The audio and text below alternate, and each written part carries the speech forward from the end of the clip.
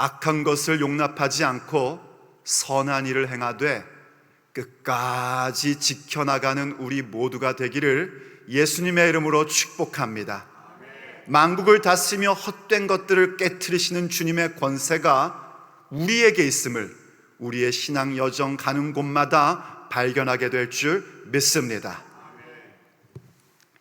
어떤 남편이 식사를 하고 나면 이 누른밥을 먹고 숭늉을 마시는 게 습관이 되었었습니다. 아무리 좋은 음식을 먹어도 이 누룽밥과 숭늉을 탁 먹어야 먹은 것 같고 기분이 좋고, 그래서 아내에게 밥을 해줄 때마다 꼭 그 누룽지와 숭늉을 좀 해달라고 부탁을 했고, 착한 아내는 벌써 남편에게 그 누룽지와 숭늉을 섬긴 지 10년의 세월이 지난 겁니다. 그러던 어느 날 아내가 남편에게 얘기를 하는 겁니다. 숭늉을 주면서, 여보, 뭐든지 과하면 좋지 않다고, 누룽지를 오래 먹으면은요 암에 걸릴 수 있대요. 좀 남자가 이런 얘기 들으면 그래? 이러면 좋은데 그런 남자가 없지 않습니까? 쓸데없는 소리 하고 있네. 숭늉 가져와! 거기서 숭늉을 갖다 주니까 그거를 쫙 마시더니 아주 구수하니까 좋다, 이렇게 좋은 걸 잘 알지도 못하면서 말이야, 이러고 출근을 한 겁니다. 하루 종일 일하고 이제 집으로 돌아오는 길에 또 집에 가서 숭늉 먹을 생각하니까 기분이 좋은 겁니다. 그런데 그날따라 차가 좀 밀려서 라디오를 틀고 뉴스를 들어야겠다 했더니 뉴스에서 앵커가 이런 소식을 전해주는 겁니다. 세계적인 암 전문가인 아무개 박사의 연구 결과로 누룽지를 오랫동안 먹는 사람은 그렇지 않은 사람보다 암에 걸릴 확률이 30%가 넘는다라는 그런 연구가 발표되었습니다. 이 소식은 한국 남자들에게 매우 충격을 주고 있습니다. 남편도 충격을 받은 겁니다. 어떻게 지배하는지도 모르겠고, 아내가 정성스럽게 만들어준 그 저녁 식사도 어떻게 먹었는지를 모르겠는 겁니다. 아내가 오늘따라 남편이 좀 심상치가 않아서 뭔가 무슨 일이 있나 보다 싶어가지고 그날은 더욱더 정성을 다하여 누룽지를 만들고 숭늉을 만들어서 남편에게 갖다 줍니다. 여보, 무슨 일 있었어요? 자, 기분 좋게 숭늉과 누룽지 드세요. 그러자 남편이 화를 벌컥 내며 말합니다. 당신은 내가 암에 걸려서 빨리 죽었으면 좋겠어! 아침엔 분명히 쓸데없는 소리라고 했는데 저녁에는 갑자기 암에 걸려서 죽었으면 좋겠냐라는 그런 말을 합니다. 여러분, 이거 만든 얘기입니다. 또 어디 가셔가지고 우리 목사님이 그러는데 누룽지 먹으면서 암 걸리 이러시면 곤란합니다. 사람이 권위를 어디다 두는가에 대한 그런 이야기입니다. 우리는 나를 사랑하는 사람보다는 내가 전문가라고 생각하는 사람에게 더 많은 권위를 줍니다. 그런 얘기도 있습니다. 아버지가 사실은 수학 박사인데 초등학교 다니는 아이가 수학 문제를 풀 때 뭔가 틀리게 자꾸 하는 거예요. 그래서 봤더니 아마 뭔가 선생님이 실수했든지 얘가 잘못 알아들었든지 해서 가르쳐 줬답니다. 그랬더니 그 아이가 그러더랍니다. 아니야, 아빠 틀렸어. 우리 선생님이 이렇다고 하셨어. 자기가 수학 박사인데 아이는 자기가 생각하는 전문가는 자기 학교 선생님입니다. 거기에 권위를 탁 두니 아무리 박사 아빠가 얘기해줘도 소용이 없는 겁니다. 그게 우리들의 모습입니다. 사실 병원에 가면 여러분 또 의사들의 권위가 얼마나 대단한지 모릅니다. 아 해보세요 그러면 누구 하나 물어보지도 않고 입을 딱 벌립니다. 자, 옷을 걷어보세요 그러면 서슴지 않고 옷을 거둡니다. 피를 뽑아도 팔을 내밀어 주고요. 이리 가라 그러면 이리 가고, 숨을 크게 쉬라면 숨을 크게 쉬고, 심지어는 숨을 잠시 멈추라고 하면 숨도 딱 멈춥니다. 그 의사 10분 보려고 1시간을 인내하며 간절한 마음으로 자기 이름이 불려지기를 기다립니다. 정말 의사의 권세는 대단합니다. 병원이나 치과를 갈 때마다 생각나는 게요, 야, 우리가 이렇게 하나님 말씀에 순종한다면 정말 어마어마한 일이 우리의 인생에 일어나지 않을까, 그런 생각도 합니다. 우리들은 전부 다 누군가에게 권위를 부여해 줍니다. 그리고 그 권위 아래 살아가려고 합니다. 그리고 그때 그 권위를 부여해 주는 그 존재는 거의 다 세상의 것들입니다. 세상에게 권세와 권위를 주고 우린 그 아래 살아가는 것을 마치 당연하게 여기며 살고 있습니다. 그러나 오늘 주님께서 나의 사랑 나의 교회인 우리들에게 이렇게 말씀하십니다. 너희들은 만국을 다스리는 권세를 가지고 있다. 이기는 자와 끝까지 내 일을 지키는 그에게 내가 만국을 다스리는 권세를 주리라. 우리는 만국을 다스리는 권세를 가진 교회입니다. 그리고 주님의 그 철장을 가진 존재들입니다. 이때 철장이란 건 뭘 얘기하는 거냐면 왕들이 갖고 있는 그 규를 얘기하는 겁니다. 긴 막대기 같은 것인데 왕들이 갖고 있는 것입니다. 그래서 그 철장으로 무엇을 하는가? 이 세상의 가치관과 판단의 기준, 그 질그릇 같은 것들을 깨트려버리며 나가는 교회입니다. 그야말로 교회인 우리들은 세상에서 만국을 다스리는 권세와 세상의 헛된 가치관과 판단의 기준을 깨트리는 권세를 가진 교회입니다. 그러므로 과연 만국을 다스리는 권세 있는 교회란 어떤 모습을 말하는 것일까요? 우리가 예수 그리스도의 복음을 가진 자로서 선한 영향력을 주며 세상의 헛된 것들을 깨트리는 그 권세 있는 교회의 모습이라는 것은 구체적으로 어떤 모습을 말하는 것일까요? 오늘과 다음 주 우리가 함께 들으며 우리의 정체성으로 삼아야 할 주님의 메시지입니다. 첫째, 만국을 다스리는 권세 있는 교회는 선한 일을 성장시킵니다. 언제나 선한 일을 행하되 끝까지 행하고 날이 가면 갈수록 그 선한 일들, 하나님께서 기뻐하시는 일들을 더욱더 많이 해나가는 사람들입니다. 그 모습은 개인에게서는 어떤 모습으로 나오는가? 영성의 성장을 갖게 하는 것이고, 개인의 그 영성의 성장이 마침내 교회 공동체 가운데에 힘있는 모습으로 성장하는 그 모습으로 나아가게끔 되는 것입니다. 자, 무슨 얘기인지 오늘 본문으로 한번 돌아가 봅니다. 오늘 18절에서 이렇게 말씀을 시작합니다. 두아디라 교회의 사자에게 편지하라. 그 눈이 불꽃 같고 그 발이 빛난 주석 같은 하나님의 아들이 이르시되 하고 시작을 합니다. 이 두아디라라는 지역은요, 상공업이 굉장히 발달했던 지역이라고 합니다. 우리가 지금까지 봤던 에베소, 서머나, 그리고 버가모, 이 지역은 주로 행정적으로 혹은 정치적으로 발달한 도시였는데, 이 오늘 우리가 보는 두아디라는 상공업이 굉장히 발달되어 있는 도시였고, 그 도시는 아폴로 신전이 중심이 되어 있던 도시였다고 합니다. 이 아폴로 신이라는 존재는요, 그리스 로마 신화에서 그 주된 신이었던, 신들의 왕이었던 제우스 신의 아들 신입니다. 그 얘기는 무슨 얘기냐면 신의 아들로서 그도 신이지만 역시 그 주된 신, 가장 높은 자리에 오를 수 있는 존재다라는 걸 이야기하는 겁니다. 특별히 이 지역은요, 상공업이 발달되다 보니 상공업 길드가 다른 도시보다 훨씬 더 발달되어 있었고, 그 상공업 길드에서는 바로 이 아폴로 신전에서 모여 함께 회의를 하고 함께 이익을 나누는 그런 일들을 했답니다. 당연히 아폴로 신에게 제물을 바치고 예배하는 그런 행위를 가졌었습니다. 바로 그런 두아디라에 살고 있는 교회에게 주님께서 당신 자신을 어떻게 표현하냐면 그 눈이 불꽃 같고 그 발은 빛나는 주석 같은 하나님의 아들로 표현하고 계신 겁니다.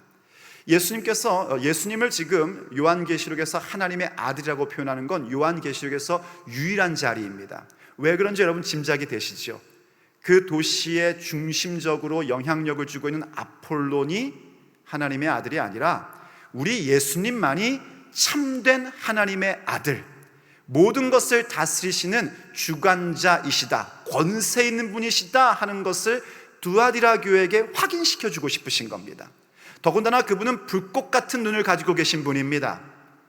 불꽃 같은 눈이란 바로 예수님의 통치를 받고 사는 사람들에게는 그 사람들을 보호해주는 눈길입니다. 하지만 세상의 가치와 판단을 따르는 자들에게는 피하고 싶은 눈입니다.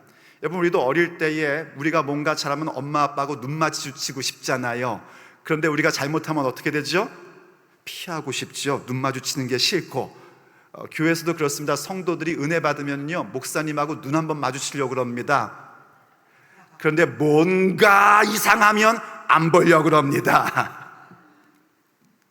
그렇듯이 주님의 그 불꽃 같은 눈은 우리에게는 우리를 보호해 주시는 눈길이고, 하나님을 떠난 자들에게는 심판의 눈길인 겁니다. 주석 같은 발도 마찬가지입니다. 빛난 주석 같은 발이라는 것은 어떤 권세를 얘기하는 것인데 파괴하는 권세입니다. 바로 이 우리들 앞에, 믿음의 사람들의 여정 앞에 우리의 믿음의 길을 방해하는 세력들, 걸림돌이 되는 것들을 주님께서 전부 밟아서 파괴시키는 그런 발입니다. 그러니 우리에게는 너무나 기쁜 발이고 너무나 감사한 것이죠. 하지만 세상에서 볼 땐 그건 하나님의 진노인 겁니다. 바로 그런 교회에게 지금 주님께서 두아디라 교회에게 이런 부분들을 말씀하고 계신 겁니다. 저 아폴로 신이 너희들에게 영향을 주는 것이 아니라, 그 아폴로 신이라는 존재는 사실은 태양신으로서 음악, 예술, 의술, 그리고 혹은 광명을 주관한다고 사람들이 믿고 있었는데, 저가 광명의 존재가 아니라 내가 빛나는 눈길, 그 눈이 빛나는 존재예요. 불꽃 같은 눈이요, 내 발이 빛나는 주석 같은 발을 가진 하나님의 아들이다 하고 말씀하고 계신 겁니다.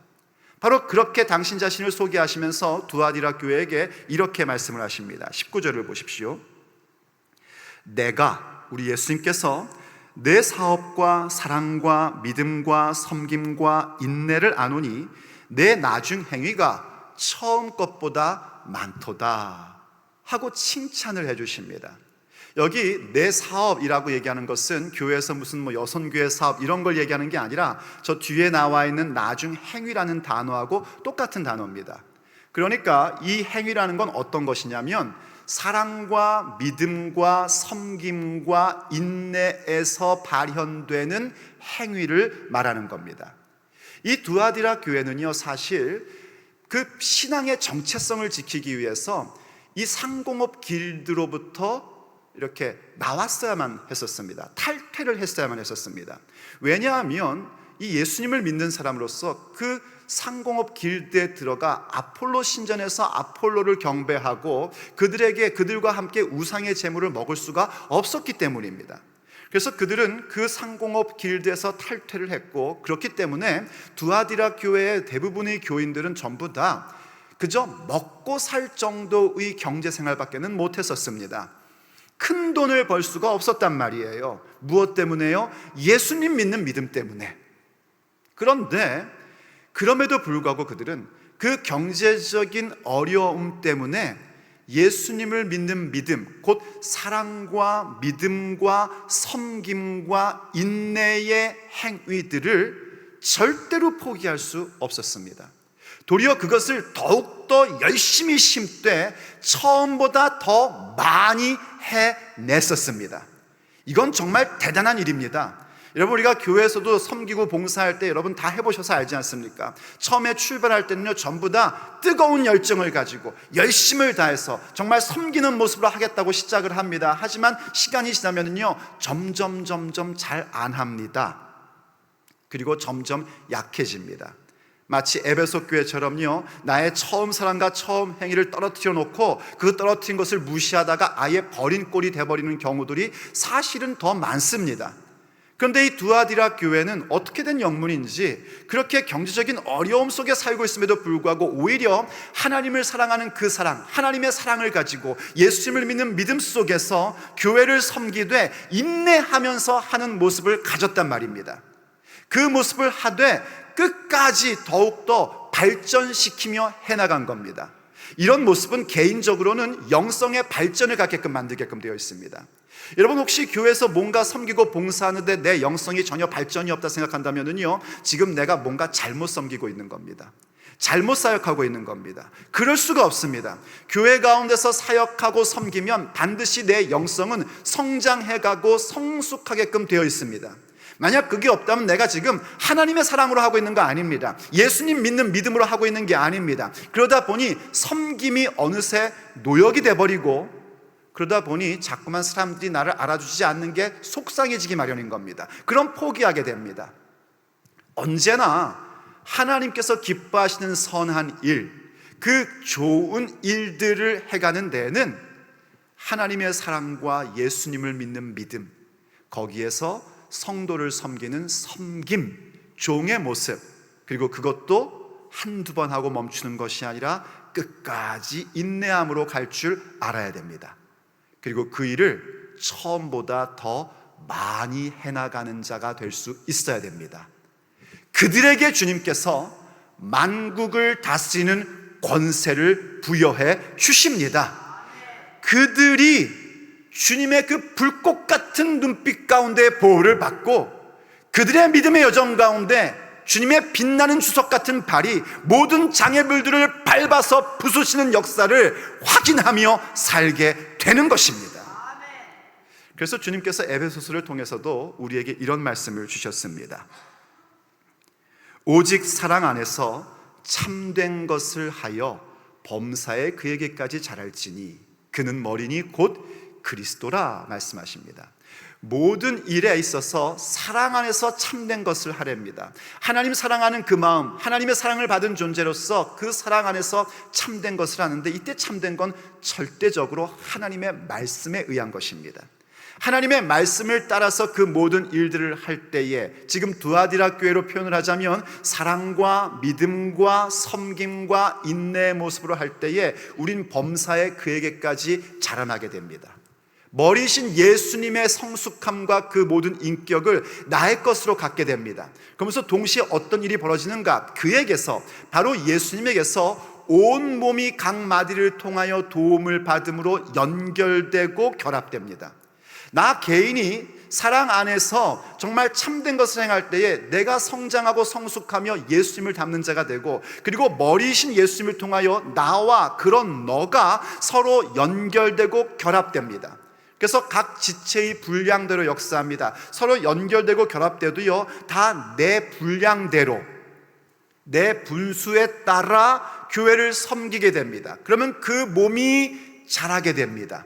주의 몸된 교회가 성장하게 되고 사랑 안에서 우리가 스스로 세워져 나가는 그런 위대한 일들을 경험하게 되는 것입니다. 그게 교회에서 행하는 선한 일입니다. 이 선한 일들을 우리가 더욱더 많이 이루어 가야 됩니다. 여러분, 이 일들을 위해서 우리가 지금 사역박람회를 가지고 평신도를 깨우는 교회, 평신도가 섬기는 교회로서 거듭나려고 하는 것입니다. 여러분, 거기에 조인하셔야 됩니다. 장로, 권사, 집사 이런 직분을 가지고 거기에 조인하지 않는다면 여러분의 직분은 그저 호칭에 불과한 것입니다. 직분이 호칭에 불과하는 것처럼 불행한 인생은 없습니다. 나중에 주님이 물으실 겁니다. 너는 내가 너에게 준 직분을 가지고 무엇을 했느냐? 주님이 반드시 물으십니다. 그러니 우리가 직분에 얽매이지 말고요, 이 사역에 동참하는 자가 되셔야 됩니다. 선한 일에 동참하십시오. 정말 주님께서 나의 개인의 영성을 성장시켜 주시고 교회를 부흥케 하시며 교회를 자라나게 하시는 것이 무엇인지 여러분의 손길을 통하여 경험하셔야 됩니다. 이렇게까지 얘기했는데도 사역팀에 주인하지 않는다면 저도 모르겠습니다. 선한 일을 끝까지 더욱더 많이 하는 교회로 서셔야 됩니다. 그때 주님께서 나의 인생의 여정 가운데 그분의 불꽃 같은 눈길로 나를 보호해 주시고 그분의 빛나는 주석 같은 발로 모든 장애물들을 밟아 부숴버리시는 역사, 그래서 주님의 권세가 나의 권세되는 만국을 다스리는 권세 있는 교회의 모습이 내 개인의 삶 가운데도 성취되는 것입니다. 둘째로, 만국을 다스리는 권세 있는 교회라는 것은요, 악한 것을 용납하지 않습니다. 우리가 만국을 다스리는 영향력 있는 교회로 세워질 때에 한편으로는 하나님께서 기뻐하시는 선한 일들을 행하되 더욱더 많이, 세월이 가면 갈수록 더욱더 많이 합니다. 여러분, 세월이 가면 갈수록 더욱더 많이 한다는 것을 지금 여러분들 눈빛 보니까 굉장히 부담스러운 눈빛으로 들으시는데 부담스러우실 것이 없습니다. 갈수록 많이 일을 할 수 있다는 건 갈수록 하나님께서 그렇게 할 수 있는 복을 더 많이 주신다는 겁니다. 지혜 있는 자가 되시기를 예수님의 이름으로 축복합니다. 선한 일을 더 많이 시키실 때 주님께서 아무것도 없는데 많이 시키시는 법이 없으십니다. 많은 걸 맡기시면서 많은 일을 시키십니다. 그래서 우리는 한편으로 많은 선한 일들을 하면서요, 그 다른 한편으로는 어떤 모습을 갖는가? 악한 것을 절대로 용납하지 않습니다. 왜냐하면 우리 하나님께서 악한 것을 용납하시는 분이 아니시기 때문입니다. 우리 하나님은 절대로 죄와 악을 용납하시지 않습니다. 여러분, 오해하시면 큰일 납니다. 우리 하나님께서 죄인인 나를 용납하셨다고 해서 나의 죄까지 용납하신 거 아닙니다. 나의 죄는 우리 하나님 아버지께서 나를 사랑하셔서 그 아들 예수님에게 전부 다 짊어지게 하시고 예수님의 십자가의 보혈로 완전히 해결해 주신 것입니다. 그래서 하나님의 의로움으로 우리를 의롭다 하시고 나를 받아주신 것이지 죄를 같이 받아주신 게 아닙니다. 우리 하나님은 단 한 번도 죄와 악을 용납하신 적이 없으십니다. 그래서 우리도 악을 용납하지 않는 교회로 함께 세워져야 됩니다. 그런데 참 안타깝게도 두아디라 교회는 그걸 실패했습니다. 악을 용납했던 겁니다. 본문 20절로 한번 가보십시오. 그러나 내가 내게 책망할 것이 있단다. 지금 예수님께서 두아디라 교회를 보며 책망할 게 있다고 말씀하십니다. 책망한다는 건 뭐냐면요, 내가 너희들을 이렇게 against 할 거다, 하나님께서 받아주지 않겠다 하는 그런 부분입니다. 무언가 자칭 선지자라는 이세벨을 내가 용납함이니 그가 내 종들을 가르쳐 꾀어 행음하게 하고 우상의 제물을 먹게 하는도다 하고 주께서 말씀하십니다. 이세벨이 등장을 해요. 이 이세벨은 우리가 지금까지 보았던 발람, 니골라당 이러한 존재들과 이렇게 맥을 같이 하는 존재입니다. 이 이세벨은 구약 성경에 나오는 아합이라는 임금의 아내인데요, 이 아합이란 임금은 성경 역사, 특별히 북이스라엘 역사 가운데 가장 악한 임금으로 손꼽힙니다. 그 아합의 행위 때문에 하나님께서 북이스라엘을 멸망시키시기로 아예 사형 선고를 내려버리신 그런 때였습니다. 이 아합이 그 당시 옆에 있는 나라인 시돈이라는 나라와 이른바 정략 결혼을 합니다. 그래서 시돈 왕의 딸인 이세벨이라는 사람이 바로 이 이스라엘에 시집을 온 겁니다. 그때 올 때에 자기들이 섬기는 바알이라는 신을 가지고 들어와서 이 이스라엘 가운데 여호와 신앙과 바알 종교를 혼합시켜 버립니다. 여호와를 떠난 게 아닙니다. 여호와와 바알을 같이 섬기게 한 겁니다. 우리식으로 얘기하면은요, 주일날은 예수님 믿고 평일날은 돈을 믿는 겁니다. 나의 영성, 나의 영혼의 문제는 여호와께 맡기고 경제 문제는 바알 스타일로 살아야 된다. 이게 북이스라엘이 가졌던 신앙의 형태, 타락한 모습이었습니다. 이 이세벨을 가지고 와서 비유하는 거예요. 두아디라 교회 안에 자칭 선지자라는 여자인 이세벨을 너희들이 용납했구나, 이렇게 얘기하고 계신 겁니다. 이 이세벨이 과연 어떤 존재일까? 여자라고 얘기해서 사람들이 굉장히 많은 해석이 분분합니다. 그런데 저는 여기 지금 여자라는 표현과 그 뒤에 나오는 그녀의 자녀들이라는 표현을 이 사도 요한이 썼던 방법으로 해석을 합니다. 요한 2서에 보면 교회를 향하여 편지할 때에 부녀와 그의 자녀들이라고 표현하는 게 나옵니다. 요한 2서예요. 그때 그 부녀라는 단어와 지금 여기 자칭 선지자라는 여자 할 때 그 여자라는 단어가 똑같은 단어입니다. 영어로 얘기하면 lady를 얘기하는 겁니다. 굉장히 여성을 높여 부를 때 쓰는 그런 단어입니다.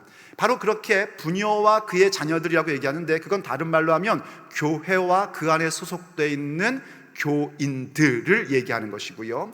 이 지금 요한계시록 2장에서 표현하는 거라면 이런 겁니다. 교회에서 꽤나 영향력 있는 사람, 그리고 그를 따르는 무리들을 얘기하는 겁니다. 이해가 되십니까? 얼마나 영향력이 있는 사람이냐면 나의 종들, 바로 예수님의 종들을 꾀어서 행음하게 했답니다. 우상의 제물을 먹게 했답니다. 바로 아폴로 신전에 있는 그 우상의 제물을 먹게끔 만든 겁니다. 이때 주님의 종이라는 것은요, 일단 첫째로는 목회자들을 말하는 걸 겁니다. 교회에서 얼마나 영향력 있는 사람인지 목회자가 새로 오면 그 사람에게 영향력을 과시하는 겁니다. 그래서 그에게 우리 교회는요 이런 교회랍니다 하면서 하나님의 말씀이 아닌 것, 하나님을 거역하는 것, 하나님이 용납하지 않는 것을 요구하고 따르게끔 만들어버리는 겁니다. 또 동시에 자녀들, 그 교회에 있는 교우들에게 영향력을 발휘해서 그들로 하여금 이렇게 얘기하는 겁니다. 어떻게 말씀대로 사냐?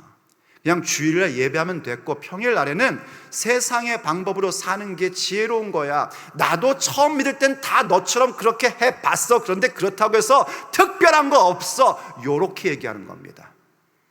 그래서 하나님의 자녀들을, 주의 종들을, 여러분 주의 종이란 건 목회자들만 주의 종이 아닙니다.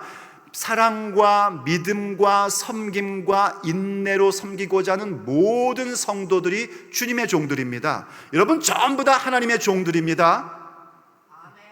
인정하시면 아멘 하십시오. 뭐 쫑이라서 기분 나쁘십니까? 하나님께서 우리에게 너희는 나의 종이다 하신다는 얘기는 무슨 말씀이냐면요, 하나님이 주인으로서 책임지시겠다 이 말씀입니다. 이거 설명하면 길어지니까 그냥 믿으십시오. 여러분, 우리는 다 주님의 종들입니다. 그런데 이 주의 종들을, 주님의 종들인 우리들을 꾀입니다.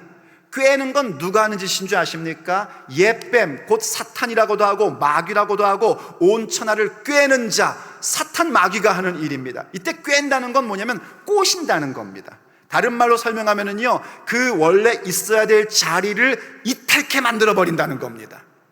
이 이세벨이라는 여자가 그런 짓을 하는 겁니다. 교회에서 꽤나 영향력 있다는 사람이 그런 행동을 해버린 겁니다. 그럼 그것을 대적하고 싸우고 용납해서는 안 되는데, 이 두아디라 교회 가운데 많은 사람들이 이 이세벨의 꾀에, 그의 말에 홀까닥 넘어가 버린 겁니다. 왜냐하면 자칭 선지자라고 얘기하거든요. 선지자라는 건 뭐냐면요, 하나님의 말씀을 맡았다라는 얘기입니다. 자기가 하는 얘기가 마치 진리인 양 얘기하고 자기의 영향력 있는 위치를 가지고 그렇게 말하고 있거든요. 그러한 자들을 주님께서는 뭐라고 말씀하시냐면, 우리가 다음 주에 보겠지만 던져버리겠다 하십니다. 여러분, 주님이 던져버리시면 그건 정말 심각한 겁니다. 반드시 회개해야 됩니다. 그럼 우리는 어떻게 해야 될까요? 오늘 말하고자 하는 건 그겁니다. 우린 절대로 그 악한 것을 용납해서는 안 됩니다. 오히려 미워하는 자가 돼야 됩니다. 하나님이 미워하는 것을 미워하는 게 믿음입니다. 목사님, 하나님은 사랑 아닌가요? 교회는 사랑 아니에요? 그럼요, 하나님은 사랑이십니다. 근데 하나님의 그 사랑은요, 정의로운 사랑입니다. 사랑이 없는 정의가 폭력인 것처럼요, 정의가 없는 사랑은 항상 파멸입니다. 우리는 하나님이 미워하시는 악을 함께 미워해야 합니다. 그게 만국을 다스리는 권세 있는 교회의 모습입니다. 우리 하나님은요, 미워하시는 것이 확실합니다. 우리 하나님은 뜨뜻미지근하지 않으십니다. 우리는 그냥 사람들과의 어떤 관계 때문에 뭐 사람들 눈치 보느라고 뭐 미워하는 것도 뭐 그냥 요렇게 하고 좋아하는 것도 너무 티내지 않고, 우리 하나님은요, 좋아하시는 건 확실하게 좋아하셔가지고 하나님의 은총을 듬뿍 부어주시고, 미워하시는 것은 확실하게 미워하십니다. 하나님이 뭘 미워하시는가? 지혜의 말씀인 잠언이 우리에게 이런 걸 가르쳐 줍니다. 잠언 6장 16절 이하를 보십시오. 여호와께서 미워하시는 것, 우리 사랑의 하나님께서 미워하시는 게 확실하시단 말입니다. 곧 그의 마음에 싫어하시는 것이 있대. 이때 싫어한다는 건 여러분 이런 거 아닙니다. 나는 생선이 싫더라고, 먹긴 먹는데 좀 싫어, 이게 아닙니다. 여기 싫어한다는 얘기는 뭐냐면 혐오한다는 겁니다. 다른 표현을 하면 역겨워하신다는 겁니다. 하나님이 딱 보면 역겨워 이러시는 게 있으시대요. 그게 뭔가 곧 교만한 눈과, 여러분 교만하면은요 눈이 다릅니다. 눈이 교만해져요. 교만한 눈과 거짓된 혀와 거짓말하는 거 하나님이 역겨워하신단 말입니다. 무죄한 자의 피를 흘리는 손과, 무죄한 자의 피를 흘리는 손은 고대에서는요 이렇게 숨어 있다가 지나가는 사람 이렇게 약탈하는 그런 걸 얘기하는 것인데, 현대는 좀 다릅니다. 현대는요 모여가지고 이러는 겁니다. 뭐해봐 목사님이 방구를 꼈대. 뭐 이건 굉장히 애교스러운 얘기죠. 그런 식으로 하면서 무죄한 자를 찌르는 겁니다. 말로 찔러버리는 겁니다.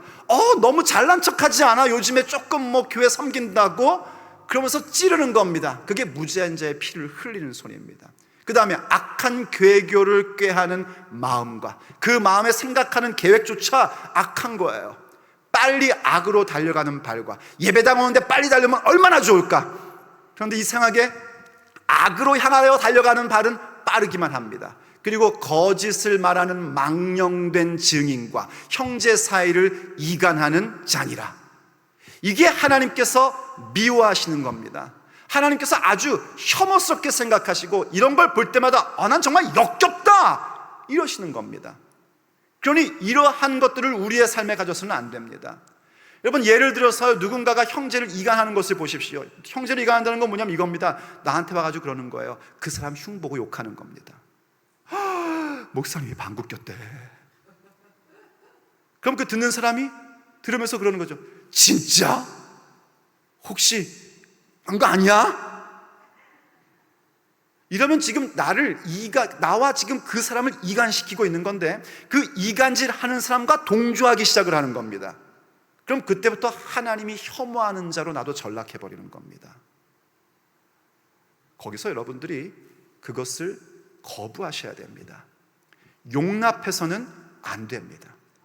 그래도 목사님, 그 사람이 교회에서 꽤 영향력 있는 사람인데요, 그 사람과의 관계가 거꾸러지면 어떡해요? 여러분, 지혜롭게 생각하십시오. 하나님이 싫어하는 사람과의 관계가 중요합니까? 하나님과의 관계가 중요합니까? 하나님과의 관계가 중요한 겁니다. 우린 무슨 일이 있어도 주님과의 관계가 어그러져서는 안 됩니다. 그러면 주님이 미워하는 건 미워하고 우리 하나님이 사랑하는 것 사랑하는 지혜로운 자가 되셔야 됩니다. 악한 것을 용납하지 않는 인생이 주께서 주시는 만국을 다스리는 권세 가진 교회인 것입니다. 그리고 세 번째, 만국을 다스리는 교회라는 것은요, 순수함을 끝까지 붙잡는 겁니다. 여러분, 생각해 보십시오. 이렇게 내게 주신 그 하나님의 사랑과 믿음 가운데서 섬기며 그리고 인내함으로써 그 모든 행위를 갖고 그것을 처음보다 점점 가면 갈수록 더 많이 갖게 되고 그러면서도 동시에 한편으로는 악한 걸 용납하지 않는다. 얼마나 멋진 모습입니까? 얼마나 거룩한 모습입니까? 하나님께서 정말 기뻐하시는 순전한 모습을 갖고 있는 것입니다. 그 순전함을 우리는 지켜나가야 됩니다. 지키되 언제까지 지켜야 되는가? 우리 주님 다시 오시는 그날까지, 주님 앞에 서는 그날까지 끝까지 그 순수함을, 믿음의 순전함을 지키는 자 되어야 합니다. 그게 우리가 싸워야 할 싸움이고 그 싸움을 여러분들은 시작하는 순간 승리를 맛보아 아는 자가 됩니다. 왜냐하면 예수님의 승리가 곧 우리의 승리이기 때문입니다. 너무나 감사하게도요, 두아디라 교회 가운데에 그 자칭 선지라는 여자, 그 영향력 있는 이세벨의 꾀에 넘어가는 사람도 있었지만 끝까지 그 순수한 믿음을 지키는 자들이 있었습니다. 그들은 바로 이른바 그 교회의 남은 자들이었습니다. 오늘 본문인 24절과 25절을 보십시오. 두아디라에 남아있어. 두아디라에 이렇게 그냥 뭉개고 있었다 이 얘기가 아닙니다. 두아디라 교회 가운데에 남은 자로 존재하고 있는 사람이 있었대요. 남은 자, 하나님이 찾으시는 그 남은 자, 모두가 다 그렇게 타협하고 혼합된 신앙 가운데에서 주일만 하나님 섬기고 평일에는 돈 섬기고 그렇게 살고 있지만 그럼에도 불구하고 그 가운데에 남은 자가 있었는데 이 교훈을 받지 아니하고 바로 그 이세벨의 교훈을 받지 아니하고 소위 사탄의 깊은 것을 알지 못하는 너희에게 말하노니 다른 짐으로 너희에게 지울 것은 없노라. 다만 너희에게 있는 것을 내가 올 때까지 굳게 잡아라 하고 명령하십니다. 이 남은 자들은 어떤 존재인가? 이세벨의 교훈을 받지 않았대요. 이세벨이 그렇게 교훈을 했던 모양이에요. 야, 사탄의 깊은 것을 알아야 돼. 우리가 들을 땐 이상하게 들리지만은요, 이런 식으로 얘기하는 겁니다. 세상의 깊은 걸 알아야 돼. 세상을 알아야 돼. 어떻게 돈을 잘 벌 수 있는지, 어떤 방법으로 해야 되는지 알아야 돼. 그걸 하려면 아폴론 신전에 가가지고 이 상공업 길들 가운데 같이 조인해야지 되고, 그걸 조인해서 그들과 함께 우상 숭배도 좀 적절하게 하고 우상의 재물도 좀 먹고 그래야 되는 거야. 이게 세상을 아는 깊이야. 나도 명색이 교회의 장로야, 이렇게 얘기를 하는 사람 말입니다. 그런데 그거에 대하여 남은 자들은 어땠는가? 그걸 용납하지 않는 것뿐만이 아니라 사탄의 깊은 것을 아예 알지도 못한답니다. 난 몰라 그런 거, 이거예요. 그런데 그들은 뭘 아는가?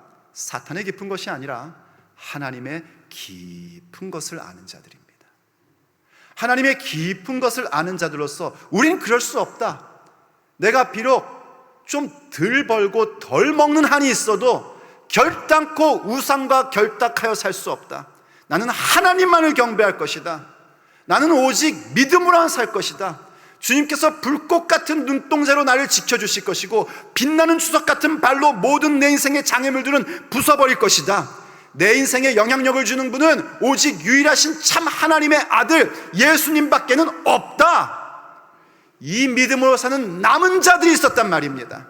여러분 아십니까? 우리 교회에도 그런 분들 계십니다. 제가 개인적으로 만나서 상담하고 신방하고 얘기할 때 보면요, 그런 말씀하시는 분들이 있어요. 목사님, 믿음 때문에 그거 안 했습니다. 내가 그래도 교회 다니는 사람이어서 그런 거 하지 않았습니다. 그러고 얘기하시는 분들이 있어요. 근데 그런 분들의 특징은 뭔지 아십니까? 교만이 아닙니다. 말 마디마디마다 나오는 표현이 있습니다. 하나님의 은혜로, 하나님의 은혜로 그렇게 하지 않을 수 있었고, 하나님의 은혜로 그래서 견뎠고, 하나님의 은혜로 지금 여기까지 왔습니다. 근데 그런 분들을 제가 가만히 보면은요, 문제가 있긴 있습니다. 그 집안에도요. 근데 그 문제를 넉넉히 짊어지고 가더라고요. 자녀들이 정말 부모님을 공경하더라고요. 정말 잘 되면서 살고 있더라고요. 이 세상 가운데 만국을 다스리는 권세가 무엇인지를 그들의 삶을 통하여 보여주더라고요. 우리 교회도 그런 남은 자들이 있습니다.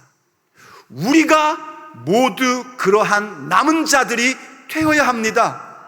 그리고 그 순전한 믿음을 지키되 끝까지 지키는 자들이 되어야 됩니다. 그래서 주님께서 우리에게 이렇게 말씀해 주고 계신 겁니다. 데살로니가전서 5장 23절 말씀을 통하여 말씀하십니다. 평강의 하나님이 친히 너희를 온전히 거룩하게 하시고 또 너희의 온 영과 혼과 몸이 우리 주 예수 그리스도께서 강림하실 때에 흠없게 보존되기를 원하노라. 너희를 부르시는 이는 미쁘시니 그가 또한 이루시리라. 할렐루야. 우리가 어떻게 그 순수함을 끝까지 지켜갈 수 있을까요? 어떻게 우리의 영과 혼과 몸이 주님 오시는 그날까지 흠없게 보존될 수 있을까요? 그것은 평강의 하나님이 우리를 온전하게 해주시고 거룩하게 하시기 때문입니다. 우리의 능력과 힘으로는 이루어질 수 없습니다. 우리 교우들이 고백하는 것처럼 정말 하나님의 은혜로 주어지는 것입니다. 우리를 도우시는 하나님은요, 신실하신 분이시기에 그분이 이 모든 것을 이루십니다. 그러니 염려하지 말고 그 믿음의 순전함을 지키며 나가는 자들이 되십시오. 끝까지 믿음의 순수함을 지켜나가십시오. 절대로 타협하지 마십시오. 악한 것을 용납하지 마십시오. 그리고 선한 일을 더욱더 많이 이루어가는 교회로 세워지십시오. 그때 우린 보게 될 겁니다. 만국을 다스리는 진정한 권세이신 하나님의 아들 예수님께서 그 불꽃 같은 눈으로, 그 빛나는 주석 같은 발로 우리의 삶을 어떻게 인도하시고 어떻게 다듬어 주시는지를 우리는 보게 될 것입니다. 그리고 우리 자신이 바로 그렇게 만국을 다스리며 세상의 헛된 것들을 부숴버리는 권세 있는 교회임을 확인하게 될 것입니다.